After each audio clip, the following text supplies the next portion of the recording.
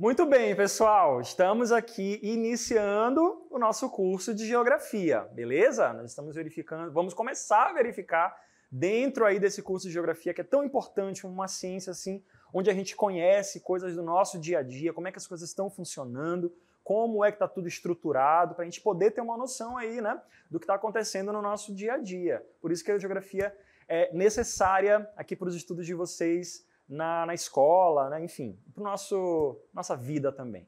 Eu sou o professor Jefferson, um dos professores que está aqui com vocês nesse curso, juntamente com o professor Wilson, e a gente vai iniciar nessa primeira aula, pessoal, com um tema aí que é muito importante, viu? Vocês vão dar uma olhadinha daqui a pouquinho. Vamos para o nosso objeto de conhecimento, relações de apropriação e transformação da natureza pelas diferentes sociedades humanas ao longo do tempo. Compreensão de cultura como conjunto de tudo aquilo que o homem constrói, modificando e causando impactos econômicos e socioambientais, em âmbito local, regional, nacional e global, e proposição de práticas sustentáveis com consciência e ética socioambiental. Como está aparecendo no detalhamento, essa aula está relacionada aí, né? Aparece a questão de educação ambiental no cotidiano do cidadão. Esta aula, pessoal, a gente vai falar sobre a questão do consumo. Como que o consumo afeta, né, o dia a dia das pessoas, a mentalidade das pessoas sobre as coisas e como que isso afeta a natureza, como que afeta os recursos naturais. Então a gente vai fazer essa relação entre compras, né, comprar tal, produtos, não sei o quê, com o uso de recursos naturais, beleza? Então é um tema que é muito importante para a gente compreender. Vamos lá, então, para a nossa primeira aula aqui do curso de Geografia.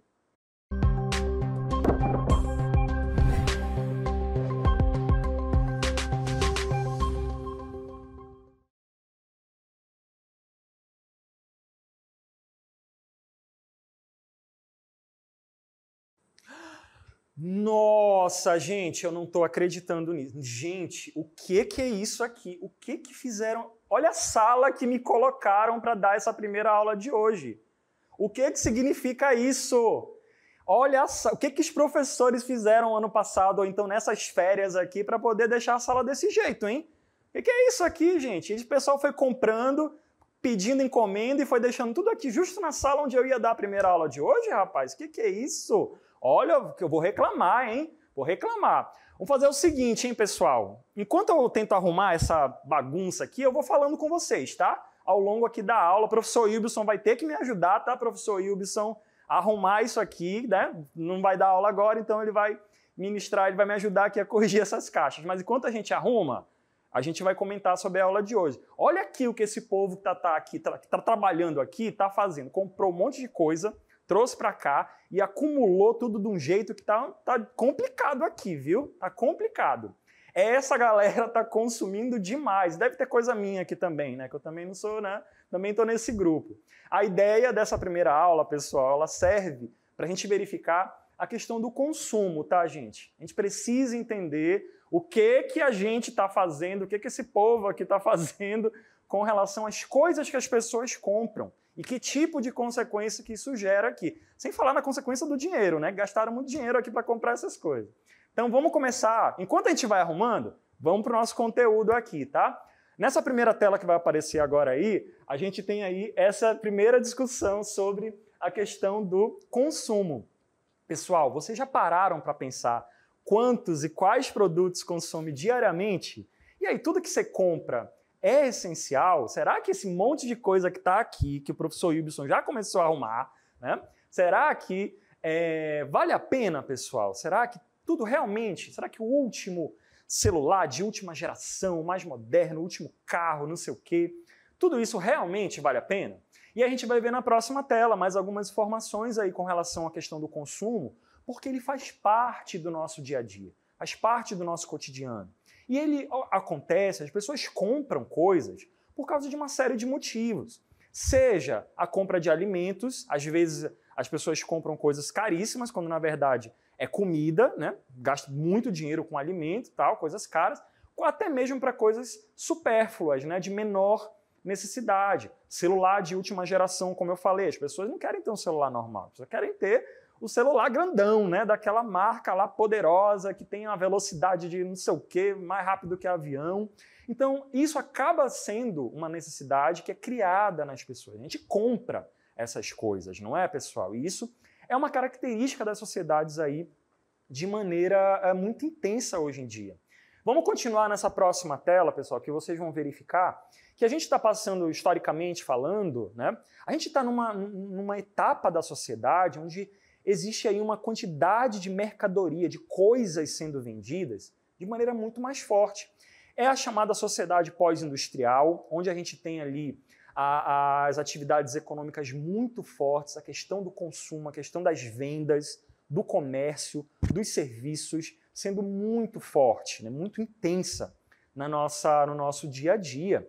E aí, gente, quando a gente fala de sociedade pós-industrial, em história a gente costuma ver isso aí, né? Quando o mundo era muito movido à questão das fábricas, as pessoas iam trabalhar nas fábricas, isso era muito intenso. E hoje em dia isso ainda acontece, claro, só que num índice muito maior, numa velocidade muito grande. Vamos dar uma olhada na próxima tela aí, né? As sociedades pós-industriais, pessoal, quando a gente fala de sociedade, de produção, né, de compras, para você comprar as coisas, ela tem que ser produzida numa fábrica. Né? Aquela camisa, ela passou por um processo por uma fábrica para poder ser produzida ali.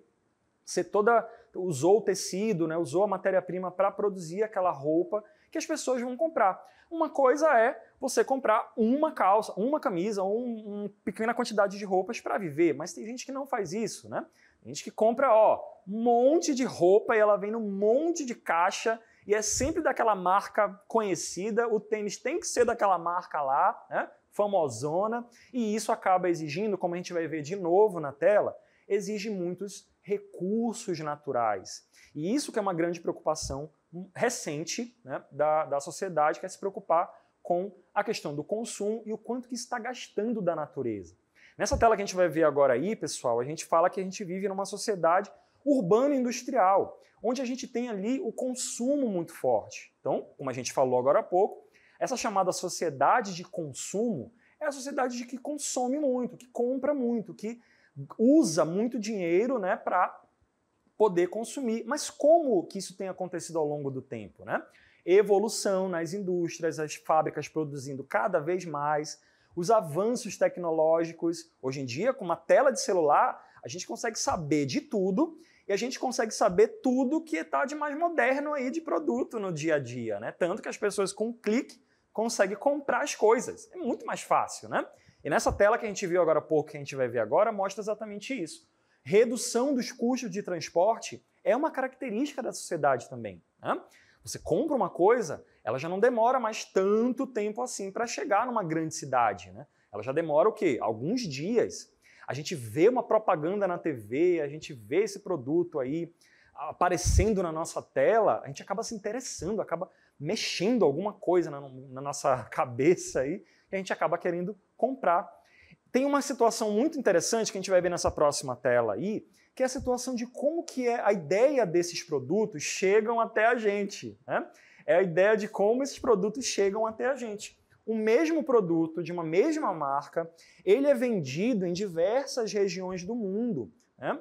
A gente tem ali, então, aquela empresa que nem é brasileira, por exemplo, mas ela está presente no Brasil, ela faz uma peça publicitária, ela faz uma propaganda de TV ou para a internet, ela fabrica o produto daquela empresa lá dentro do território brasileiro e ela vende para as pessoas aqui no Brasil. Então é essa lógica, né? Produz numa fábrica, usa recursos naturais e tem essa mudança que acontece aí, que as pessoas querem ter, né? Entra em contato com aquela informação, compra aquilo ali. E não só no Brasil. Isso acaba acontecendo ao mesmo tempo. Pessoas no Brasil, pessoas na Índia, pessoas em Bangladesh acabam vendo, em muitos casos, a mesma propaganda, o mesmo produto e todo mundo compra em vários lugares do mundo, né? Dentro desse chamado mundo globalizado. Falamos sobre mundo globalizado e aí eu vou puxar agora um momento da nossa aula que é muito importante, um momento das nossas aulas aqui que vai ser muito importante, viu, pessoal? Em praticamente todas as aulas nós vamos ter participações muito especiais. Geografia é uma matéria, um componente curricular das chamadas ciências humanas, não é mesmo?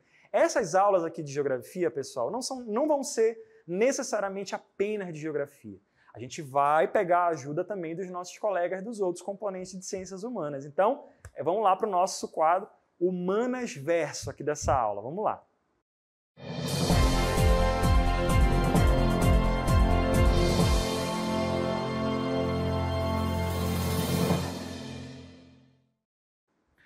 Pessoal, como eu falei, geografia não está sozinha, a gente sempre conversa com as outras matérias ali, os outros componentes das chamadas ciências humanas.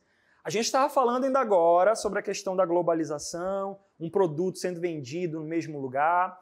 E aí, pessoal, como é que funciona o quadro do Humanas Verso? Tem algumas situações que a gente explica na aula de geografia que só a geografia sozinha não consegue explicar, então a gente precisa da ajuda dos nossos colegas aqui para entender determinada situação.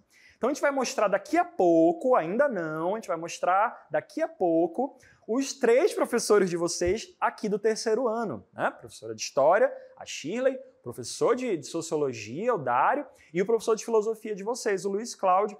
A gente vai começar perguntando aqui dos professores de vocês da terceira série do ensino médio, com a professora de História de vocês, a Shirley. A gente estava falando sobre a questão da globalização, e eu quero saber da professora Shirley que está aí com a gente, como é que se deu essa coisa desse mundo muito conectado, esse mundo todo unificado, né? Como é que se deu esse crescimento dos transportes, hein, professora? E aí, como é que se deu tudo isso? Muito bem, professor. Então, esse processo de expansão aí dos transportes e dos meios de comunicação, eles ocorreram ao longo da história a partir das inovações tecnológicas que foram surgindo, né? Em cada período histórico. Então, a gente vai ter, principalmente a partir do século XV, um grande salto tecnológico com as grandes navegações, né? As tecnologias náuticas. Posteriormente, com o advento ali da Revolução Industrial, no século XIX, vai surgir a locomotiva a vapor, a embarcação a vapor, o telégrafo. Então, essas inovações elas vão encurtando cada vez mais as distâncias. O século XX, por sua vez, a gente vai ter a internet, a aviação comercial e vários outros fatores, outras inovações que vão fazer com que essas distâncias se encurtem cada vez mais. Beleza, beleza, professora Shirley. Olha, é a professora de vocês, hein? Daqui a pouco o professor Dário e o professor Luiz Cláudio voltam aí, tá? A professora comentou como foi se dando esse processo, né? Ao longo dos séculos, onde a gente vive num mundo muito conectado, né? E aí, tudo isso acaba facilitando com que as informações cheguem aqui na gente e que a gente compre e que seja, né, ocorra toda aquela situação. Para produzir as coisas, pessoal, as empresas, elas têm ali, né, um certo ciclo. Tira da natureza, produz, manda para o lixo. Né? Que, inclusive, o lixo é um tema da aula, de outra aula, não é? E a gente tem aí, então, uma lógica da economia. Mas tem 2 lógicas diferentes na produção das coisas que eu quero que você já entre em contato com ela, como a gente vai ver aí na próxima tela. É a diferença entre a chamada economia linear e a economia circular. A economia linear, pessoal, ela é essa aí que está aparecendo, ó. A gente tem, então, um caminho das coisas da natureza, das matérias-primas, daquela forma como a gente conhece. Tira da natureza, transforma em matéria-prima, vai para a fábrica, vai pela rede de transporte para ser distribuída nas lojas, vai ser comprada e vai ser consumida pelas pessoas e depois vira o quê? Lixo. Já na economia circular, pessoal, as empresas, os países, eles têm uma preocupação um pouco maior com a questão da sustentabilidade, com a questão de não produzir tanto lixo, né, do que o normal. Então a gente tem ali, ó, as etapas de produção, de transformação, igual como a gente já conhece.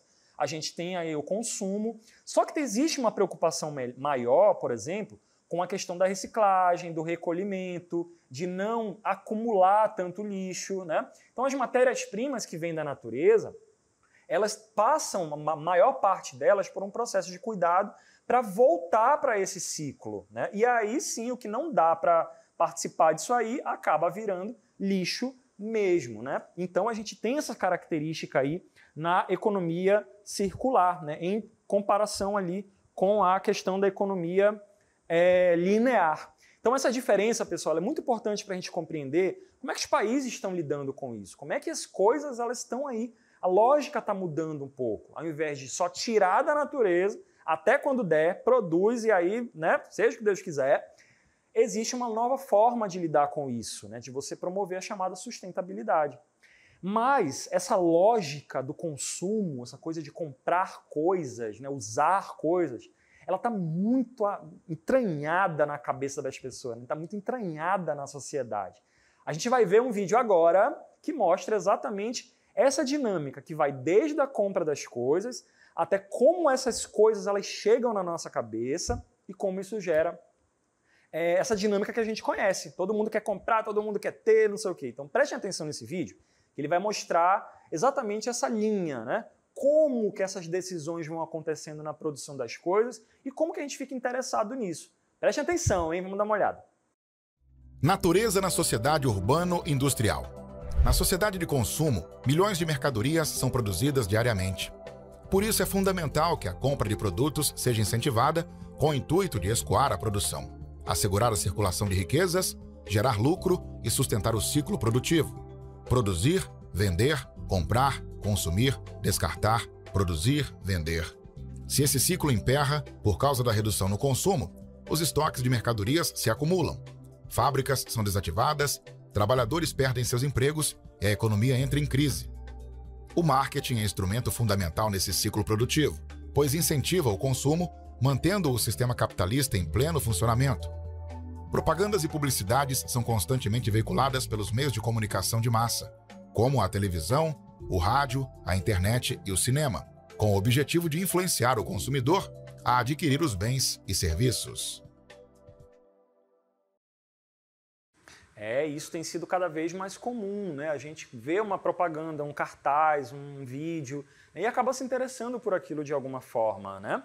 Pessoal, então a gente tem ali essa dinâmica do marketing, de tudo mais, muito presente no dia a dia, e isso faz parte da sociedade de consumo, como a gente falou no começo da aula. Nessa tela a gente vai ver ali que a produção das coisas, né, essa coisa de uma empresa produz e ela expande para vários países, até o final do século XX, a gente tem essa presença de uma empresa investindo cada vez mais em estar presente no mundo todo, né? A sociedade de consumo, de comprar coisas, foi, né, se expandindo, né, para cada vez mais países.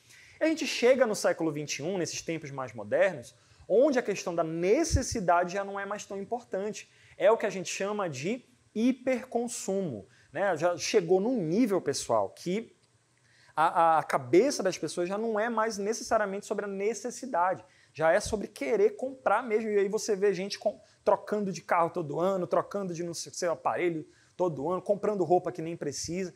Essa ideia de hiperconsumo ela é muito importante e por isso que agora a gente volta para o nosso quadro Humanas Verso, claro, para falar com o professor de filosofia de vocês, o professor Luiz Cláudio, onde ele tem aí, a gente vai comentar para a gente, eu quero que ele comente para a gente sobre como essa ideia de hiperconsumo, de comprar mesmo, acaba alterando a percepção das pessoas sobre como comprar as coisas. Uma coisa é você comprar uma coisa que você precisa, outra coisa é você ficar comprando adoidado aí, não é mesmo, professor Luiz Cláudio? Bem-vindo. E aí, como é que é isso, hein, professor? Professor, é o seguinte, essa mudança também acontece devido à evolução da tecnologia, à evolução das formas de mecanismos para atingir as pessoas no consumo. Hoje em dia, nós trabalhamos muito a questão da sensação. Então, a sensação e a percepção. O que é que acontece? As pessoas hoje, para consumir, não é preciso mais entrar no shopping e sair comprando tudo o que quer. Isso não é só mais hoje em dia o consumismo. O hiperconsumo, ele trabalha com a questão do tempo e do espaço. Você hoje pode estar no banheiro da sua casa, você pode estar onde você estiver, você está ali recebendo 1000 mensagens, 1000 anúncios que vão trazer você para o consumo. Isso é o hiperconsumismo, isso é que faz a cabeça das pessoas, as imagens, as sensações, né, os desejos, que no fundo é o despertar para a felicidade do consumo. Incrível, professor. Obrigado, hein, professor. Daqui a pouco o professor Dário, hein? Incrível. Essa parte final da fala do professor é muito boa com relação a como se a felicidade só valesse se eu tivesse adquirido aquela coisa. É exatamente esse o ponto central da lógica da propaganda, de mover ali, né, as emoções. A gente vê aquela coisa, a gente quer ter aquela coisa porque aquilo vai trazer uma certa felicidade para a gente, independente se a gente precisa ou não. Só que essa coisa do hiperconsumo, de comprar coisas, como a gente falou no começo da aula, está relacionado com a produção industrial de coisas. Olha esse gráfico que a gente vai ver aí na próxima tela, que mostra a produção global de plástico, desde os anos 50 até com projeções aí em 2030. No ano de 1950, era em torno de 2 milhões de toneladas de plástico produzida, que usa muito petróleo, como a gente sabe, né?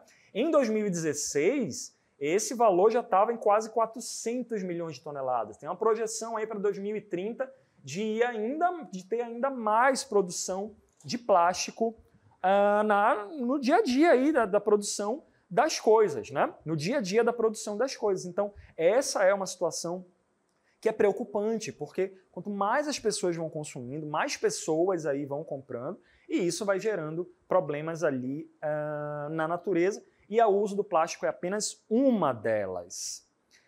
Olha só isso aqui, rapaz! Agora ficou bem melhor, né? Quem sofre de claustrofobia já não está tão ruim aqui, né? Nessa sala já está um pouquinho melhor, né? Já dá um pouquinho para respirar aqui, né?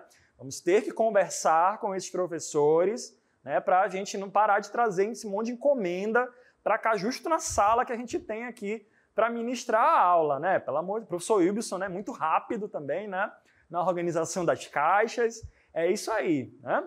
Pessoal, enquanto a gente termina aqui essa arrumação, a gente ainda está arrumando, né? Vamos continuar, pessoal, falando sobre consumo, falando sobre a questão da indústria e do quanto que isso gera prejuízos nos recursos naturais, né? Na natureza. Só que é o seguinte, a gente vive num mundo capitalista, né? Como a gente sabe, com dinheiro, lucro, produtos vendidos, produtos comprados e etc. E a gente tem uma informação muito importante para vocês. Esse mundo todo do consumo, do hiperconsumo, da felicidade, não sei o quê, é só para quem tem dinheiro, né? Nem todo mundo pode participar disso aí, né? Vamos ver nessa próxima tela aí que o consumo ele não acontece de maneira homogênea, não acontece de maneira igual no mundo. Ele é maior, as pessoas compram mais coisas nos países mais ricos, porque as pessoas têm um poder aquisitivo maior nos países mais desenvolvidos. Estados Unidos, Japão, os países da Europa Ocidental, União Europeia, né? E a gente tem ali na próxima tela, né, que essas pessoas elas compram demais, né, baseado na questão mesmo dos meios de comunicação. Você tem um índice muito maior de propagandas, de presença dessas empresas em vários países, os valores das propagandas que são mostrados ali pela chamada indústria cultural acaba padronizando os hábitos de consumo.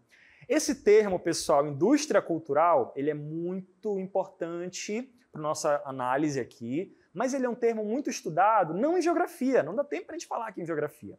É por isso que agora estamos de volta aqui com o Manaverso, e a gente vai agora verificar essa questão da indústria cultural, ela é muito comentada nas aulas de sociologia, e é por isso que a gente quer saber como que essa lógica da indústria cultural, da presença das grandes empresas, essa mudança da mentalidade ali para as pessoas, altera a sociedade. E aí, hein, professor Dário? O professor Dário vai aparecer aqui para a gente agora aqui. Como é que é essa lógica aí da indústria cultural na cabeça do cidadão, hein?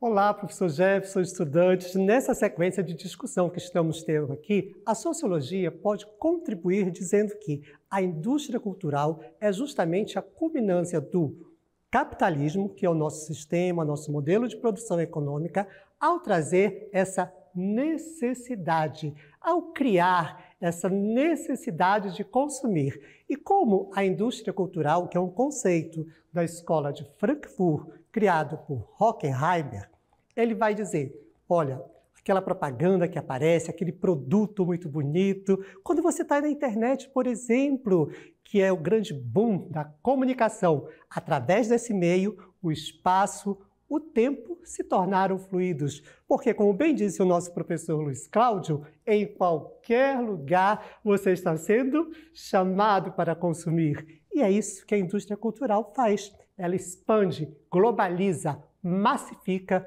o consumo. Vejam que interessante, não é isso, professor? Claro, professor, é isso mesmo. Muito obrigado, viu, pela participação aí dos 3 professores aqui no nosso Manasverso. Ele comentou, né, sobre essa presença muito grande e nessa mesma moldagem da sociedade, né, em querer sempre participar desse processo aí do consumo, né? A gente estava falando sobre... Muito obrigado aos professores que participaram aqui. Nós vamos ter outras participações aqui no Humanas Verso, porque a geografia não está sozinha. Nós temos aí as ciências humanas para ajudar a gente a compreender determinados temas, viu, pessoal? O consumo é para poucos, viu? É só para quem tem dinheiro, né? Olha essas duas imagens que a gente vai ver na próxima tela, duas famílias. A primeira família, ela tem muitas coisas aí nessa mesa de jantar, não é mesmo? O consumo dessa família, desse país rico, é muito alto. Já na família do país da direita, um país mais pobre, o consumo é menor, as coisas que são compradas são menores. E isso acontece. Quem não tem poder aquisitivo, compra menos. Quem tem mais poder aquisitivo, compra mais, acaba usando mais coisas, acaba consumindo mais recursos naturais. Mas e aí, pessoal, para finalizar esse momento da aula aí, é possível criar uma outra relação com a ideia de consumo? Claro, as pessoas não vão parar de comprar, como a gente vai ver na próxima tela, né? As pessoas não vão parar de comprar, né? A questão da produção das coisas, elas vão continuar acontecendo. Só que a responsabilidade com a natureza tem sido também cada vez maior, né? Hoje em dia tem lei que obrigam as fábricas a diminuir a poluição, né? Controlar a questão do lixo, diminuir a poluição, diminuir a questão dos prejuízos aí para a natureza, como é o caso da ISO 14001, que tá, como a gente vai ver nessa próxima tela, que é uma prática sustentável, né? Uma das práticas sustentáveis é a certificação ambiental, a chamada ISO 14000, ISO 14000, as certificações da série ISO 14000, né? Que é aquela certificação que a fábrica tem, que ela garante que aquela fábrica ela não está poluindo tão grande quanto era antes. Então é uma certificação que aquelas empresas possuem de que elas têm ali responsabilidade ambiental, né? Reciclagem de matérias-primas, uso de fonte de energia renovável, tudo isso é bastante utilizado, né? É bastante utilizado com relação à prática sustentável. Então a gente vai ter essas características ali, uma preocupação muito maior, né, das empresas. Claro, tem empresa que não está preocupada com isso, mas tem empresa que tem essa preocupação, corre atrás disso. Tem países que incentivam essa forma, né, de produzir com responsabilidade, né? Não é simplesmente, vamos parar de produzir. Gente, vamos todo mundo voltar, né, vamos voltar a viver apenas da natureza, sem tocar na natureza. Essa não é, né, uma lógica, nem é uma lógica com tanta modernidade, tanta tecnologia, não é isso que é visto, né? Tem algumas outras práticas, algumas outras alternativas que a sociedade tem feito, né, para produzir as coisas com responsabilidade, como a gente vai ver nessa próxima tela, a chamada economia solidária, que é a produção, a distribuição. Quando uma empresa, gente, ela se organiza sem necessariamente aquela busca de lucro. As pessoas que trabalham nessas empresas, elas têm uma parceria muito maior do que aquela hierarquia toda que existe, né, de patrão, dono, não sei o quê. As empresas que trabalham com a questão da economia solidária, elas têm ali uma responsabilidade com as pessoas que trabalham, elas têm uma responsabilidade com o que é gerado de poluição ali, e é uma forma, né, que algumas empresas têm lidado com isso. Além disso, né, tem o chamado Fair Trade, como a gente vai ver nessa tela aí agora, né? É uma prática que também tem sido utilizada por algumas empresas, né, para melhorar aí essa questão do comércio internacional. É o chamado comércio justo, né, como a gente fala, Fair Trade. Empresas que são Fair Trade, que têm essa certificação e tal, elas se preocupam com o ambiente no qual elas estão localizadas, elas têm uma preocupação com a comunidade da qual elas estão inseridas, né? Aquela empresa está presente ali, aquela cooperativa, enfim, aquele conjunto ali de produção, ela está presente numa comunidade de interior ali, sei lá, tem alguma característica específica. Então, o que ela recebe de lucro, ela ainda recebe um bônus dentro do preço de mercado daquela coisa que ela produz, e ela tem essa responsabilidade de ajudar as pessoas ao redor, né? Então, as empresas que são Fair Trade, elas são muito bem vistas também com relação ao uso dos recursos naturais. São empresas que têm ali, né, tem um foco muito grande em não simplesmente perder para grandes empresas, e sim tentar ali garantir o seu lucro, garantir a sua produção, sempre com muita responsabilidade. Pessoal, nesse finalzinho de aula aqui, né, só o que eu tenho para dizer é que nós fomos muito rápidos organizando nossas coisas. Olha só como a vida é bem melhor quando a gente consome apenas o necessário, não é mesmo? A gente tem ali que se cuidar um pouco ali com relação ao que a gente compra. É sempre muito importante a gente pensar um pouco, né, com relação ali ao como é que está o nosso estilo de vida, né? Muitos de nós ainda não trabalham, mas a família tem ali aquela renda. Será que o que aquela família está comprando tem necessidade de comprar tanto? Será que a gente não está desperdiçando demais? Sim, tem sempre aquela preocupação, porque as empresas elas querem produzir cada vez mais. É o que importa. As pessoas ricas aí, de maneira geral, elas querem produzir, né? E a gente também está dentro desse jogo aí, porque é o tempo todo, como a gente já viu na aula, sendo bombardeado com a questão da propaganda, movendo ali, né, as nossas emoções e tal. Então a gente tem sempre que dar uma olhadinha ali, né, com um pouco mais de crítica. Será que eu não estou entrando nesse jogo aí totalmente, né? Então é sempre muito importante, nessa primeira aula, que ela tenha servido para a gente pensar um pouquinho nessa questão. Beleza, pessoal?